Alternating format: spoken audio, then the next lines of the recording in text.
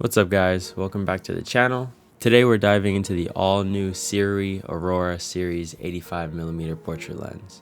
Now I do want to note that this video isn't sponsored by any means. They were just kind enough to send over one of their production models for me to test out.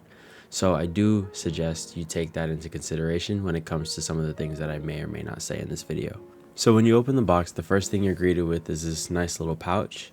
Personally, I don't really use lens pouches unless it's for storing lenses when I'm not using them, but I only really do this mostly for like dust prevention purposes.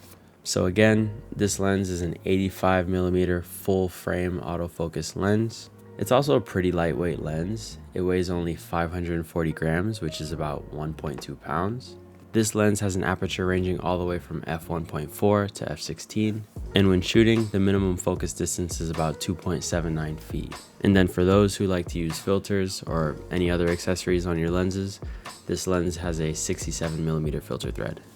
So one of the features you have on this lens is the AFL button, which pretty much locks your focus while pressed. If that's not your style, you can also program that button to do a specific function of your choice. There's also a dedicated AF/MF switch, which allows you to transition between autofocus and manual focus on the fly.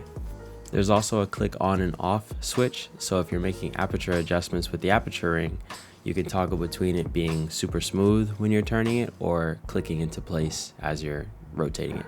And then in the event that you need to update your firmware, this lens does feature a USB-C type mount. They did also include a black mist filter and a UV filter. I did test the black mist filter, however I did not test the UV filter. But if you do happen to purchase this lens between now and December 31st, both of those filters should be available with the lens for free. Overall, in terms of focus, this lens is pretty fast. The only time I ran into an issue was when I started burst shooting a moving subject.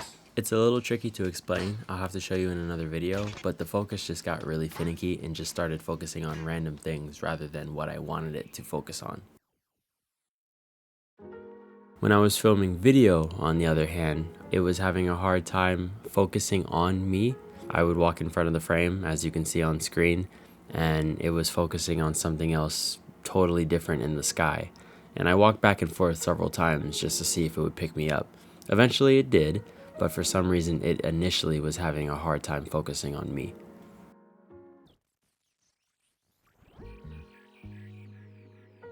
Now I'm going to put up on screen side-by-side comparisons on what it looks like without a Pro Mist filter and what it looks like with the Pro Mist filter that they did provide in the box. Personally, I'm a guy who likes to use both with and without a filter. It really just depends on my mood for the day or what it is that I'm shooting, what kind of vibe I'm trying to go for. But typically I do tend to use Dream filters or the Mabel Glow filter. It really just depends on what the shoot is giving. So like I mentioned before, I did do a photo shoot with this lens. I didn't use it the entire time, so I will share some of the images on screen that I did take with this lens. But that being said, I won't be showing you the final edits. So if you do want to see the final edits to some of these photos, you'll have to subscribe and stay tuned to the behind the scenes video I'm going to be posting of Safi and I when it drops. So these are some of the images that I took. These are all straight out of camera, ranging from f1.4 all the way to f2.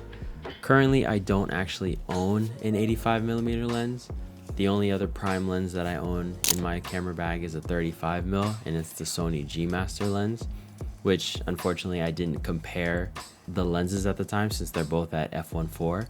So unfortunately, I won't be able to give you an accurate comparison as far as like what a native Sony 85mm lens looks like versus the Sirui version.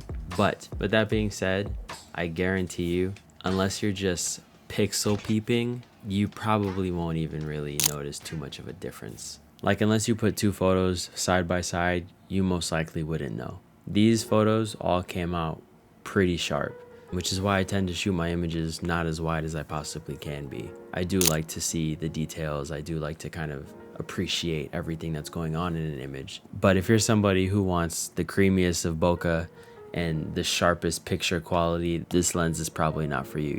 I'd suggest getting a G Master or even a Sigma lens. Now I know you were waiting patiently, but the price of this lens is $499 as of right now. The original price is $599.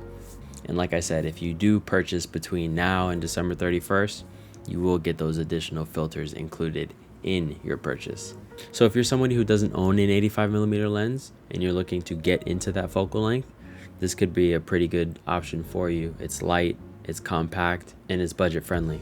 Like I said, this video isn't sponsored by Sirui, but they were kind enough to provide me with a discount code that I can give to you guys. So if you want to get anything on their website that's not the Sniper series lenses, you can get 5% off your next purchase. But other than that, I hope to see you guys in the next one.